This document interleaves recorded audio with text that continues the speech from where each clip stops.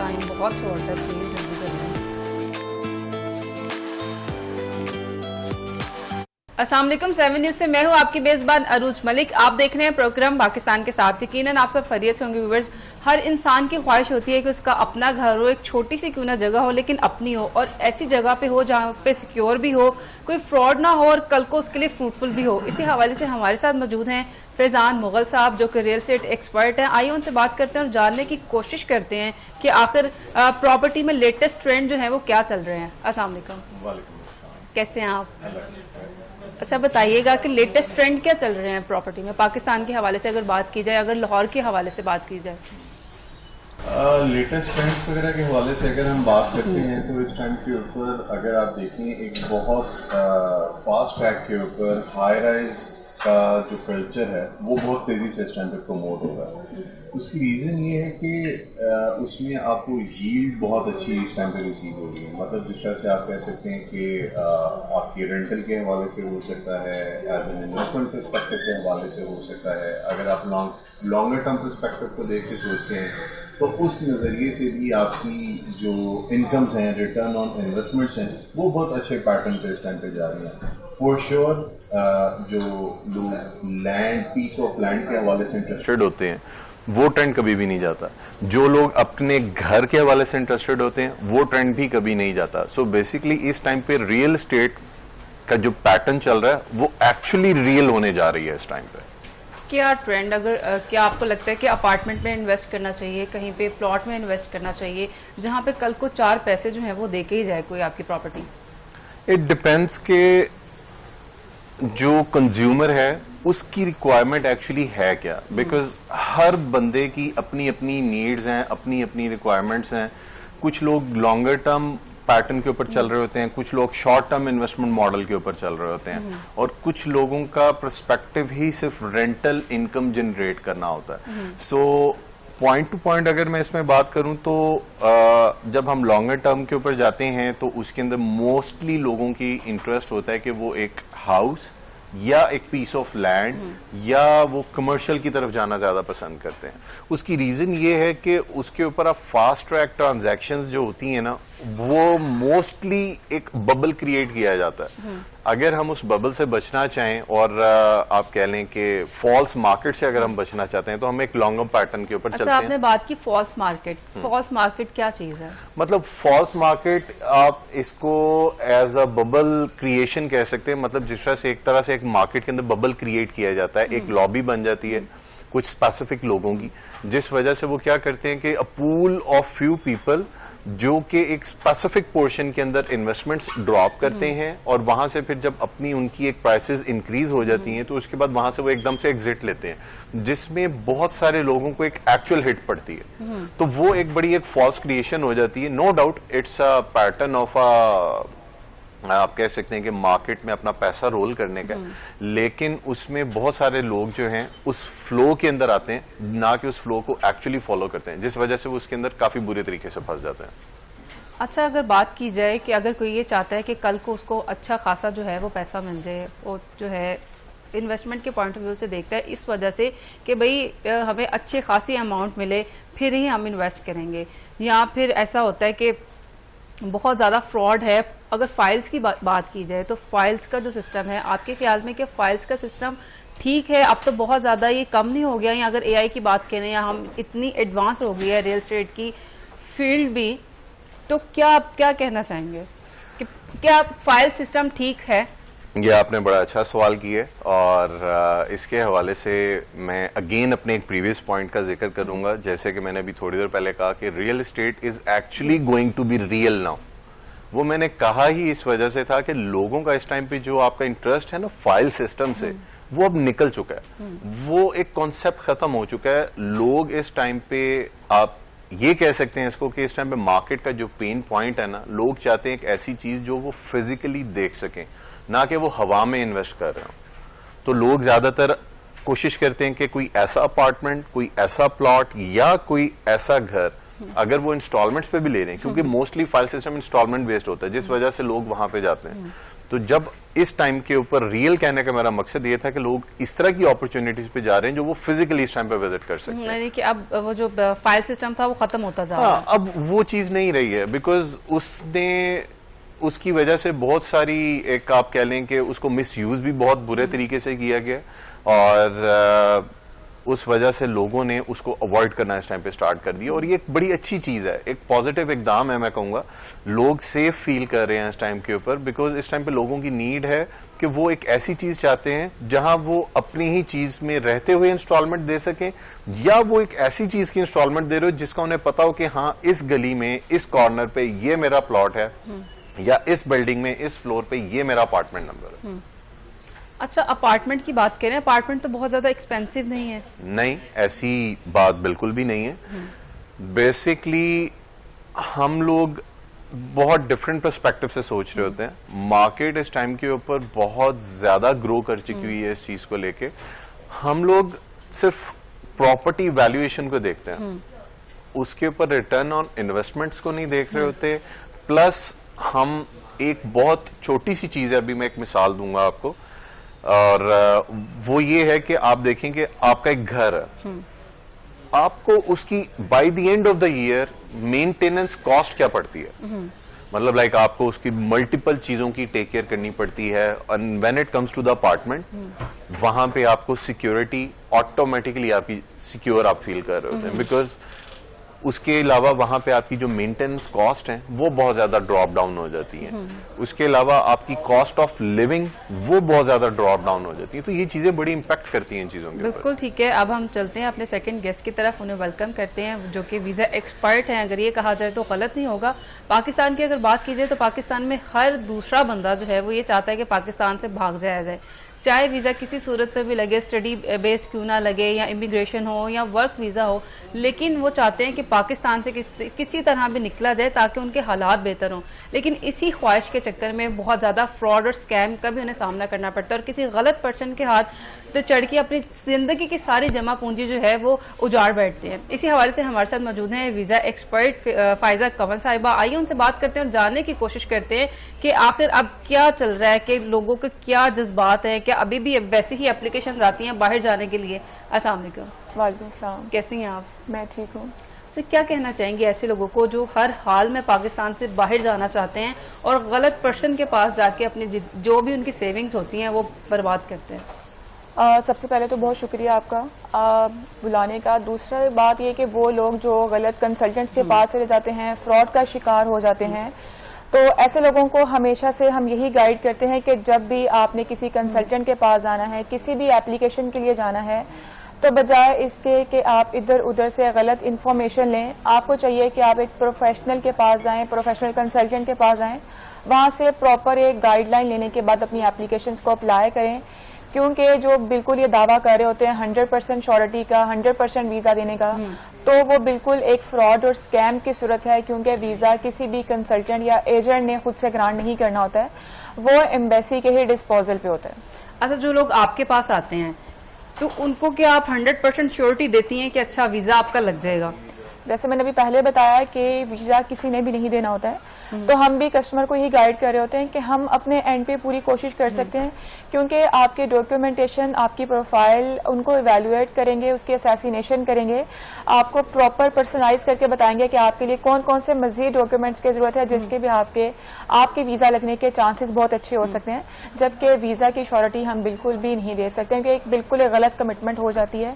क्योंकि हम कंसल्टेंट हैं, हमने सिर्फ एक कंसल्टेशन प्रोवाइड करनी होती है। हमने आपको बताना होता है कि किस तरह से अपने कौन कौन से आप डॉक्यूमेंट्स कंप्लीट करें, चीजें कंप्लीट करें कि जिसकी बेस पे आपके वीजा लगने के चांसेस बढ़ सकते हैं। अच्छा, हम अपनी एप्लीकेशन में कहाँ पे गलतियां करते हैं जो कि हमारे वीजा ना लगने की वजह बनती है? ज्यादातर जो हम अपनी एप्लीकेशन में गलतियां यही कर रहे होते हैं कि हम अपने डॉक्यूमेंट्स जो है वो कंप्लीट नहीं कर रहे होते हैं।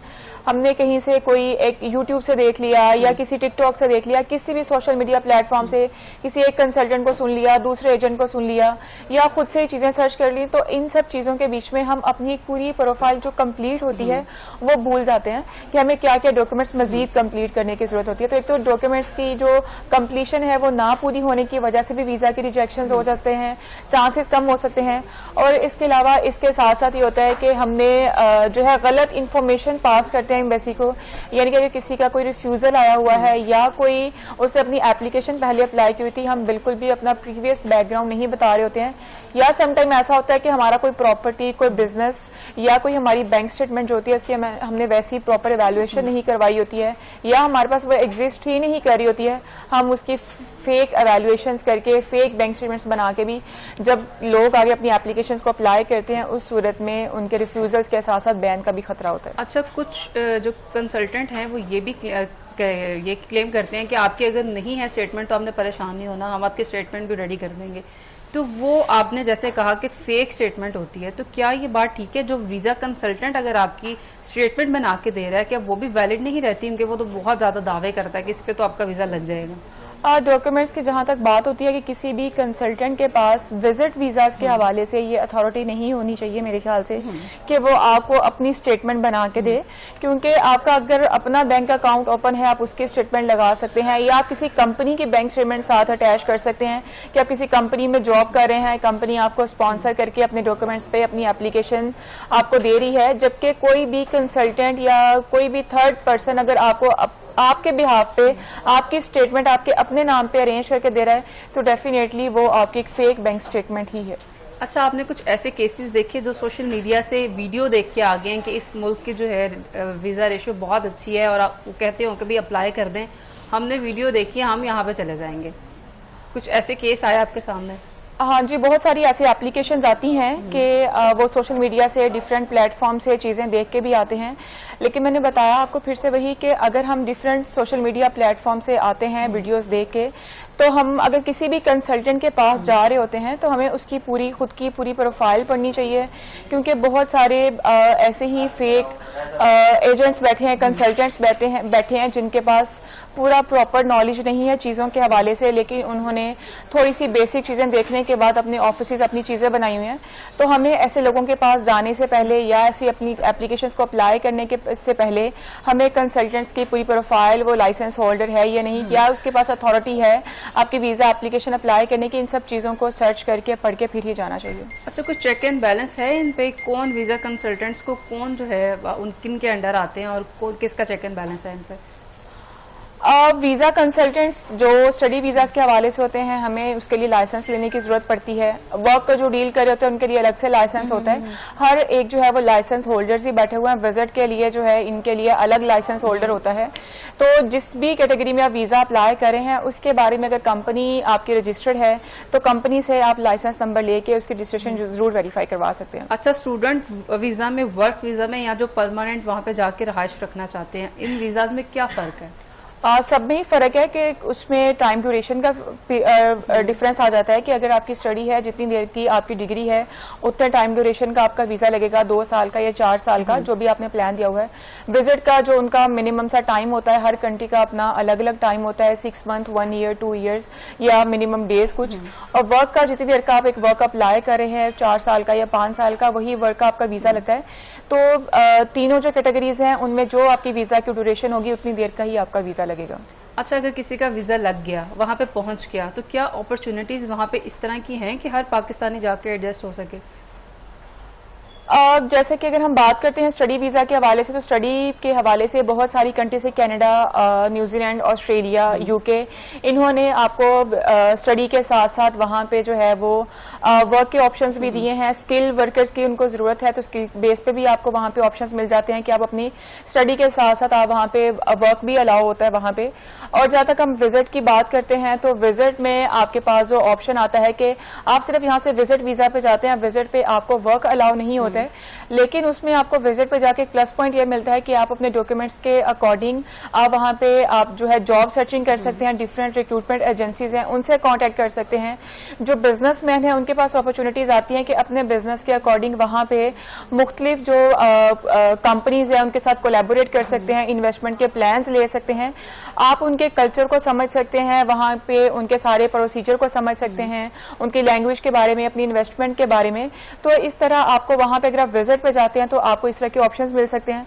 और वर्क के हवाले से डेफिनेटली बंदा यहाँ से ही वर्क के लिए अप्लाई करता है, लेकिन जो स्किल वर्कर्स होते हैं उनके लिए वहाँ पे ऑप्शंस बहुत वास्ट होते हैं, क्योंकि जैसे कि कोविड के बाद से बहुत सारी कंट्रीज जैसे कनाडा, ऑस्ट्रेलिया, न्यूजीलैंड, शेंजन वगैरह है, इन्होंने वहाँ पे इनको स्किल्ड वर्कर की जरूरत है, तो इजीली आप वहाँ पे जाके स्किल बेस पे अपना वीजा अप्लाई कर सकते हैं। अच्छा, वीजा रिजेक्शन में सबसे बड़ी कॉज क्या होती है? वीजा रिजेक्शन में जैसे मैंने पहले बताया कि एक तो आपके डॉक्यूमेंट की कंप्लीशन बहुत जरूरी है। जब आप इनकम्प्लीट डॉक्यूमेंट देंगे तो उससे भी आपका वीजा रिजेक्ट हो सकता है।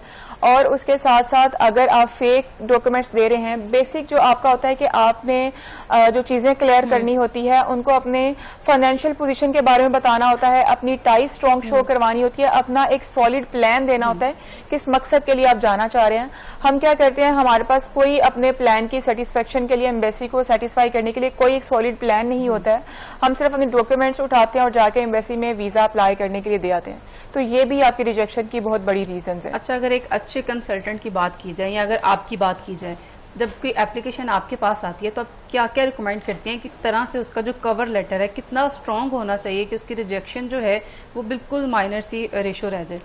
विजिट वीजा में मोस्टली आपके जो कंट्रीज हैं वो पेपर बेस्ड में ही आते हैं, तो जितने डॉक्यूमेंट्स आपके स्ट्रॉन्ग होंगे, जितने पेपर्स आपके ऑथेंटिक होंगे, उतने ही वीजा लगने के चांसेस ज्यादा होते हैं।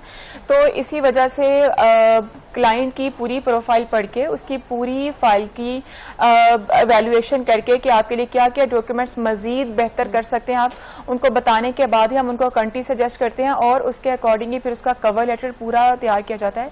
कवर लेटर आपकी पूरी प्रोफाइल में बैंक स्टेटमेंट के बाद कवर लेटर ही है जो एक बहुत खास वैल्यू रखता है, क्योंकि उसमें आपने अपनी हर चीज बताई होती है, अपना बायोडाटा पूरा दिया होता है, अपनी फाइनेंशियल पोजीशंस, अपना एक प्लान, और आपने वहां पे जाना किस मकसद के लिए है, वापस किस किस के लिए आएंगे, यहाँ पे क्या करें, वो सारी चीजें आपने पूरे कवर लेटर में ही क्लियर करनी होती है। अभी अगर देखा जाए तो करंटली किस कंट्री की जो रेशो है वो अच्छी जा रही है? अभी जैसे कि मैंने पहले बताया कि बहुत सारे कंट्रीज जिनको स्किल वर्कर्स की जरूरत है, इसके लिए आपके पास ऑप्शन है कि आप विजिट पे बहुत आपके पास अच्छे मौके हैं, स्टडी के लिए बहुत अच्छे ऑप्शंस हैं आपके पास।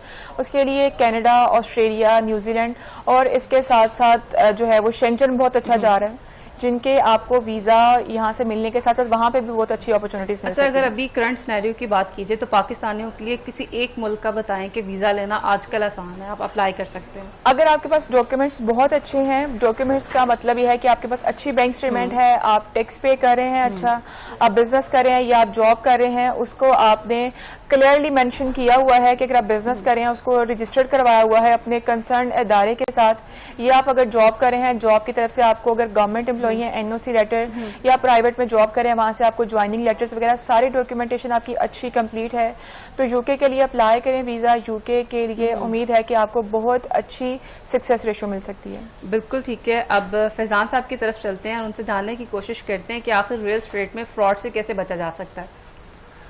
जहाँ तक हम बात करते हैं फ्रॉडुलेंट एक्टिविटीज से बचने के हवाले से, तो कुछ जिम्मेदारियां ऑब्वियसली हमारी तो हैं ही हैं एज अ कंसल्टेंट, बट एक पार्ट एज अ क्लाइंट जो होते हैं उनको भी अपना एक प्ले करना चाहिए, बिकॉज हम एक डॉक्यूमेंटेशन के हवाले से सब कुछ गाइड करते हैं, लेकिन ultimately at the back and आप अपना पैसा इन्वेस्ट कर रहे हैं, तो आपको पर्सनली भी अपने तौर पे भी कुछ चीजों को रीवेरीफाई करना चाहिए। जस्ट लाइक आपके जो लेट्स से एक डेवलपर है, उसकी डेवलपर की प्रीवियस हिस्ट्री क्या है, वेदर ही और she is a new developer in the market या उससे प्रीवियसली कुछ प्रोजेक्ट्स डिलीवर कर चुका है, और अगर कर चुका है तो कितने प्रोजेक्ट्स उन्होंने लॉन्च किए और कितने आज की तारीख तक डिलीवर हुए हैं, डिलीवरेंस रेशो कैसी है।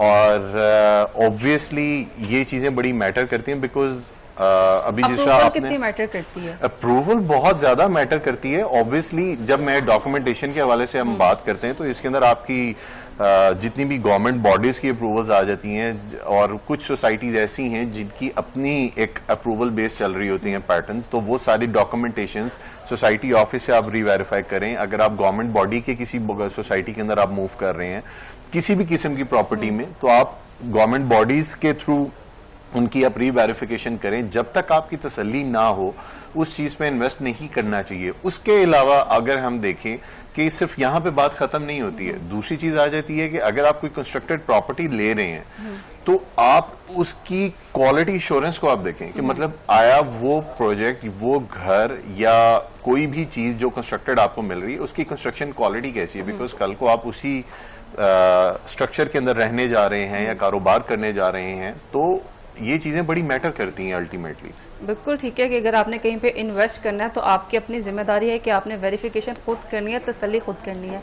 अच्छा फाइजा बताइएगा कि एआई हर चीज में, हर मैदान में एआई से बहुत ज्यादा लोग मुस्तफीद हो रहे हैं, तो क्या वीजा एप्लीकेशन में भी एआई का कोई मेजर रोल है तो फिर क्या इसके कोई जो मनफी असरात भी आ रहे हैं? बिल्कुल ऐसा होता है कि हमारे पास भी बहुत सारे क्लाइंट्स आ रहे होते हैं, वो कह रहे होते हैं कि ये सारा जो प्रोसेस आप लोग कर रहे हैं वो हम एआई के थ्रू से भी कर सकते हैं, या जो बाकी कंसल्टेंट से कुछ आ रहे होते हैं वो कह रहे होते हैं कि हम किसी दूसरे कंसल्टेंट के पास गए थे, हमने अपना कवर लेटर, अपनी चीजें पढ़ी, वो सारा ऐसे ही था जैसे एआई से ही जनरेटेड होता है। अब क्लाइंट्स जो हैं वो बिल्कुल हेल्प ले सकते हैं, जैसे मैंने आपको बोला है कि लोग यूट्यूब से हेल्प लेते हैं, डिफरेंट सोशल मीडिया प्लेटफॉर्म से भी लेते हैं, लेकिन हम जहां से जो सुनते हैं सिर्फ उसके मुताबिक ही अपनी एप्लीकेशन को आगे प्रोसेस करते हैं। तो एआई का भी ऐसा सिस्टम है कि अगर आप अपने डॉक्यूमेंट्स हैं, आपकी बैंक स्टेटमेंट है, बैंक स्टेटमेंट की ट्रांजेक्शन्स कैसी थी, आपने पेमेंट्स कहाँ से ली हैं, कहाँ पे इन्वेस्ट की हैं, आपके पास पेमेंट्स कहाँ से आ रही हैं, ये सारा रिकॉर्ड सिर्फ आपने अपने कवर लेटर में खुद से क्लियर करना होता है, हर चीज खुद बतानी होती है। आप एआई को जो डॉक्यूमेंट्स जो चीजें अपलोड करेंगे वो उसके मुताबिक ही आपको चीजें सारी आगे से जनरेट करके देगा। तो यहाँ से भी अगर हम एआई सिस्टम के थ्रू से ही अपने डॉक्यूमेंटेशन को कंप्लीट करवाएंगे, आगे अपना प्रोसेस कंप्लीट करवाएंगे, आगे से जो चेक करने का सिस्टम है वो भी सारा एआई का ही है, तो डेफिनेटली इसमें आपके ऑटो रिजेक्शंस का भी बहुत ज्यादा वो समझ लें कि एक ऑटो रिजेक्शन बहुत ज्यादा सिलसिला शुरू हो जाएगा। एक राइट पर्सन को कैसे हम चूज कर सकते हैं कि अच्छा ये बंदा ठीक है, ये कंसल्टेंट ठीक है, ये हमें गाइड भी अच्छे से करेगा और हमारा प्रोसीजर भी अच्छे तरीके से बिल्कुल क्रिस्टल एंड क्लियर जो है वो करवा देगा? ये तो अब आने वाले क्लाइंट ने ही डिसाइड करना होता है कि उसको कौन सा जो है वो कंसल्टेंट बेहतर लग रहा है। उसके लिए बेहतर तरीका का यही होता है कि आप उनके जो सोशल मीडिया प्लेटफॉर्म्स होते हैं वहां पे उनके रिव्यूज पढ़ के, कमेंट्स पढ़ के वो चेक कर सकते हैं, या आप उनका ऑफिस विजिट कर सकते हैं, उनको अपने डॉक्यूमेंट्स चेक करवा सकते हैं। डॉक्यूमेंट्स के अकॉर्डिंग आप ही तभी आप रियलाइज कर सकते हैं कि क्या इसने मेरे डॉक्यूमेंट्स चेक करने के मुताबिक ही मुझे मेरे सारी एप्लीकेशंस को असेस करके ही मुझे चीजें बताई हैं। अगर जो एक अच्छा कंसल्टेंट होगा आपको वो ही सजेस्ट करेगा जो आपके लिए आपकी प्रोफाइल के अकॉर्डिंग बेहतर होता है। समटाइम ऐसा भी होता है कि जो एक कंसल्टेंट है आपको अगर डॉक्यूमेंटेशन के अकॉर्डिंग ही चीजें सजेस्ट कर रहा होता है तो कंसल्टेंट जो क्लाइंट का अगर वो डिजायर्ड कंट्री नहीं है तो उसकी बातें बुरी भी लग रही होती हैं कि हाँ शायद ये मेरी मर्जी के मुताबिक काम नहीं कर सकता, इसीलिए ही मुझे दूसरा या तीसरा कंट्री आगे मुझे रेकमेंड कर रहा है। तो इस सूरत में लोगों को चाहिए कि अगर आपने किसी भी कंसल्टेंट के पास जाना है तो सबसे पहले उसकी प्रोफाइल पढ़ें, उसको अपने डॉक्यूमेंट चेक करवाएं, उसके मशवरे के मुताबिक ही आप अपनी एप्लीकेशन को अप्लाई करें। लेकिन अगर आपने किसी से भी अप्लाई करवाना है तो उससे कोई भी आपने अगर एग्रीमेंट करना है, रिसीट वगैरह है, तो वो जरूर साइन करवाएं ताकि आपको पता हो कि आप अच्छा, कोई ऐसा केस आप बताना चाह रही हो कि जो कहता हो कि जी मेरा वीजा नहीं लगा तो मुझे पैसे मेरे वापस करें, वरना तो होता है ना कंसल्टेंट का जो है वो सर फाड़ने को भी आ जाता है कि भी आपने कहा था वीजा लगेगा लेकिन नहीं लगा। तो कुछ ऐसे लोगों को क्या मैसेज कन्वे करना चाहेंगी? ऐसे बहुत सारे लोग होते हैं, लेकिन मैं कभी कभी बिल्कुल हैरान हो जाती हूँ इस चीज पे आके कि कंसल्टेंट की फी पे करते हुए उनको बहुत ज्यादा मुश्किलात का सामना करना पड़ रहा होता है, जबकि वो किसी एजेंट के पास जाएंगे तो वो अगर उनसे कहेगा कि आपका वीजा लग जाएगा, आप हमें 10 लाख 20 लाख या 50 लाख दे दें, वो इजीली उस पर ट्रस्ट करके उसको हर तरह की अपनी जो है वो पेमेंट किसी भी तरह से देंगे, चाहे उन्हें अपनी कोई भी चीज बेचनी ही क्यों ना पड़े। और कंसल्टेंट अगर उनसे अपनी मिनिमम 1 लाख या 150 तक भी कंसल्टेंसी चार्ज कर रहा होगा, जिसमें उसने पूरी उनके डॉक्यूमेंटेशन कंप्लीट करने हैं, हर तरह के डॉक्यूमेंट्स कंप्लीट करके देने हैं, उसका कवर लेटर, उसकी प्रोफाइल्स, उसकी बुकिंग्स वगैरह हर चीज उसने बना के उसको देनी है, अपॉइंटमेंट तक अरेंज करके देनी होती है। उसके बावजूद भी वीजा आने पे वो चाह रहे होते हैं कि उनके पूरे के पूरे पैसे वापस किए जाएं। ऐसे लोगों को कैसे फिर डील करती हैं आप? हम कभी भी क्लाइंट को श्योरिटी नहीं देते हैं कि आपकी 100% हम गारंटी देते हैं आपको वीजा की, लेकिन अगर एक बंदा हमारे पास आता है, अपनी एप्लीकेशंस करवाता है, अपने डॉक्यूमेंट्स देता है, उसका एक टाइम इन्वेस्ट होता है, उसके बड़े सारे इमोशंस जुड़ गए होते हैं उसके साथ कि मैंने इतना 2 माह या 3 माह वेट किया है कि अच्छा मुझे रिस्पॉन्स मिले। उस सूरत में हम ऐसे लोगों को रीसबमिशन का ऑप्शन देते हैं, जो हमारे अपने क्लाइंट है जो हमारे पास आते हैं, कि अगर इन केस रिफ्यूजल आ जाता है, क्योंकि रिफ्यूजल भी आ सकता है, क्योंकि ओवरऑल द वर्ड एप्लीकेशंस आती हैं, किसी वजह से रिफ्यूजल भी आ सकता होता है। अगर रिफ्यूजल आ जाता है उसमें कोई परेशानी वाली बात नहीं होती, आप इसको रीसबमिशन कर सकते हैं। हम सेकंड और थर्ड अटेम्प्ट की भी रीसबमिशन देते हैं। अटेम्प्ट करने के लिए हमें दोबारा फीस जमा करवानी पड़ेगी क्या उसी फीस में जो है कंसल्टेंट करके देगा? अगर जो हमारे दूसरे कंसल्टेंट्स का मैं बिल्कुल कुछ नहीं बता सकती हूँ। हमारे पास जो क्लाइंट आता है उसको हम यही बताते हैं कि अगर आपका रिजेक्शन आ जाता है सेम ही कंट्री में, तो हम आपकी एप्लीकेशन को दोबारा सबमिट करवाएंगे, क्योंकि जो एम्बेसी ने एलिगेशन लगाया होता है उसका एक टाइम ड्यूरेशन होता है, उसको क्लियर करके उतने टाइम में हम सेम कंट्री में आपकी एप्लीकेशन को दोबारा सबमिट करते हैं। उस सूरत में हम अपनी फीस कुछ भी चार्ज नहीं करते हैं। अच्छा, अगर लोगों ने आपसे कांटेक्ट करना हो तो कहाँ किया जा सकता है? हमारा ऑफिस विजिट कर सकते हैं मॉडल टाउन लिंक रोड पे, या हमारे दिए गए नंबर पे राब्ता कर सकते हैं 0312495533। ये हमारा व्हाट्सएप नंबर है, इस पे कॉल भी कर सकते हैं, हमें मैसेज भी ड्रॉप कर सकते हैं। अच्छा, आप तो नहीं दावे करती कि आएंगे तो 100% वीजा जो है वो आपका लग के ही जाएगा? बिल्कुल ऐसा नहीं है। मैं फिर से लोगों को यही कहना चाहती हूँ कि आप जब भी किसी के पास आएँ तो चीज़ों को क्लियर करके अपना एक माइंडसेट करके जाएं कि कंसल्टेंट ने आपको वीज़ा नहीं देना है, कंसल्टेंट ने पूरी एफर्ट करनी है, एफर्ट पुट करनी है। कंसल्टेंट्स के पास अपडेट्स होते हैं कि डेली बेसिस पे ये काम होता है, आपकी क्या क्या चेंजिंग्स हो रही हैं, क्या क्या पॉलिसीज बदली हैं, किस तरह से आपकी डॉक्यूमेंटेशन को मजीद बेहतर किया जाए, जो एम्बेसी की रिक्वायरमेंट्स उन्होंने चेंजिंग्स किए उस पर पूरा उतर सकें। तो उसके मुताबिक हम आपकी अच्छे डॉक्यूमेंटेशन कंप्लीट करके, अच्छी रहनुमाई करके आपके डॉक्यूमेंट्स को बेहतरीन तरीके से ही आगे अपलोड करते हैं ताकि आपके वीजा लगने के चांसेस बढ़ सकें। अच्छा, आप क्या रिकमेंड करेंगी कि अभी किस कंट्री का करना जो है वो मुनासिब रहेगा? अब क्या व्यूअर्स को क्या मैसेज देना चाहेंगे कि अगर कोई बाहर जाना चाह रहा है तो अभी ये राइट टाइम है, इस मुल्क में आप अप्लाई कर सकते हैं? बिल्कुल, ये बहुत अच्छा टाइम है अपनी एप्लीकेशन अप्लाई करने का। कनाडा, ऑस्ट्रेलिया, न्यूजीलैंड, शेंजन, ये वो कंट्रीज हैं जिसमें आपकी वो वीज़ा पॉलिसीज में बहुत ज़्यादा नरमी आई हुई है कि आपने वहाँ पे आपको स्किल बेस पे वीज़े भी मिल सकते हैं, आपको वर्क के ऑप्शन मिल सकते हैं, आप वहाँ पे जाके मजीद इन्वेस्टमेंट कर सकते हैं। यहाँ पे आप विजिट वीज़ा पे जाएँ, वहाँ पे जाके अपनी मर्जी के अकॉर्डिंग, अपनी प्रोफाइल के अकॉर्डिंग, अपने बजट के अकॉर्डिंग वर्किंग करके आप वहाँ पे ज़रूर अप्लाई करें। और बहुत अच्छा टाइम है अप्लाई करने का। हर एक बंदे को हक है, राइट है कि वो वहां पे जाए। सिर्फ ऐसा नहीं है कि जिनकी अच्छी प्रोफाइल्स है, अच्छी बैंक स्टेटमेंट है, सिर्फ वही जा सकते हैं। हर तरह के पर्सन कवर लेटर जो है वो अच्छा होना चाहिए। बिल्कुल ऐसा ही, आपके डॉक्यूमेंटेशन कंप्लीट होने चाहिए, आपका कवर लेटर अच्छा होना चाहिए, आपके पास जो एम्बेसी की रिक्वायरमेंट है उसके अकॉर्डिंग आपकी फाइनेंशियल पोजीशन बेहतर होनी चाहिए। बिल्कुल ठीक है, बहुत शुक्रिया। फायजा हमारे साथ मौजूद थी। अच्छा फैजान, ये बताइएगा कि 2025 को कहा जाता था कि रियल स्टेट जो है वो बूम पे जाएगी, बहुत ज्यादा तरक्की होगी, इस साल में ये हो जाएगा वो हो जाएगा, लेकिन ऐसा कुछ भी नहीं हुआ। तो आप क्या कहते हैं कि अभी जो बच गया है साल वो कैसा रहेगा और 2026 को आप कैसा देख रहे हैं? अच्छा, अब जहां तक अगर बात की जाए, जैसे आपने कहा कि 2025 को लेके बहुत ज्यादा प्रेडिक्शंस थी, तो हम लोग मोस्टली इस चीज को इस तरह से पिक्चराइज कर लेते हैं या विजुअलाइज कर लेते हैं कि ये चीज through out the company, through out the nation implement होने जा रही है। ऐसा कभी भी नहीं होता। और होता ये है कि फ्रैक्शनल डिफरेंट पोर्शंस के अंदर, डिफरेंट सिटीज के अंदर, इट ऑलवेज डिपेंड्स कि आप किस तरह की प्रॉपर्टीज के ऊपर आप देख रहे हैं। अगर तो आप मार्केट ट्रेंड्स के अकॉर्डिंगली चल रहे हैं तो for sure at any cost आपको अच्छी इवैल्यूएशंस और अच्छे रिटर्न ऑन इन्वेस्टमेंट्स आपको मिल रहे होते हैं। अगर हम आउट ऑफ द वे जाके टोटली डिफरेंट पैटर्न्स पे चले जाते हैं, जैसा आपने भी थोड़ी देर पहले फाइल्स के हवाले से जिक्र किया, आज भी लोग मौजूद हैं जो फाइल्स पे बिलीव करते हैं, जाते हैं, अल्टीमेटली रोते हुए वापस आते हैं। बहुत सारी जगहों पे ऐसे हुआ। लेकिन फिर क्या होता है? अच्छा, रियल एस्टेट वाले जो कंसल्टेंट होते हैं वो ऐसे ख्वाब क्यों दिखा देते हैं? यानी कि अभी वहां पे जमीन भी नहीं होती और वहां पे उनके ख्वाबों का महल ऐसा वो तमीर करते हैं कि इंसान जो है वो उनके शिकंजे में फंस जाता है।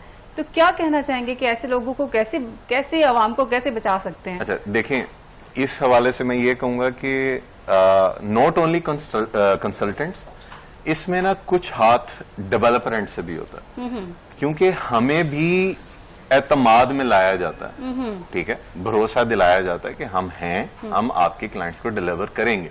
अल्टीमेटली होता क्या है कि हमारा फेस होता है, हम आगे डिलीवर कर रहे होते हैं, हम आगे प्रोडक्ट प्रोवाइड कर रहे होते हैं, अल्टीमेटली हम आंसरेबल होते हैं। क्लाइंट इस चीज को अंडरस्टैंड नहीं करता है। So that is the only reason कि जिसमें मैंने कहा कि अब रियल स्टेट रियल होने जा रही है, बिकॉज हम खुद इन प्रैक्टिसेस से सीख चुके हैं कि ये ट्रेंड को हमें थोड़ा सा निग्लेक्ट करना पड़ेगा, लोगों को एजुकेट करना पड़ेगा और लोगों को खुद भी एजुकेशन अडॉप्ट करनी पड़ेगी। अदरवाइज आपका कहना ये था कि एक जो डीलर सिस्टम था वो खत्म होता जा रहा है और एजुकेटेड लोग जो हैं उन्होंने टेक ओवर कर लिया है। बहुत शुक्रिया, फैजान साहब हमारे साथ मौजूद थे। हमने बात की अपने प्रोग्राम में रियल एस्टेट के हवाले से कि हमें कहाँ पे इन्वेस्ट करना चाहिए और किस तरह से स्कैम से बचना चाहिए, और एक बहुत ही अहम टॉपिक हमने डिस्कस ये किया कि पाकिस्तानी हर दूसरा बंदा जो है वो पाकिस्तान से बाहर जाना चाहता है, लेकिन राइट पर्सन के पास नहीं पहुंचता, कोई अच्छा वीजा कंसल्टेंट उसे नहीं मिलता, जो जहां पे भी जाता है उसको इस तरह का ख्वाब दिखाता है, डन बेस पे कभी भी वीजा आपका नहीं लगेगा। इसी हवाले से हमारे साथ बात की फायजा कमर साहिबा ने। इसके साथ ही हमें दीजिए इजाजत, मिलते हैं अगले प्रोग्राम में। अल्लाह हाफिज।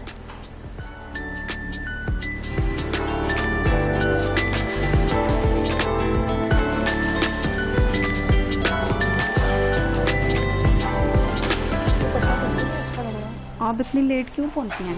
मुझे टाइम 10:30 बोला।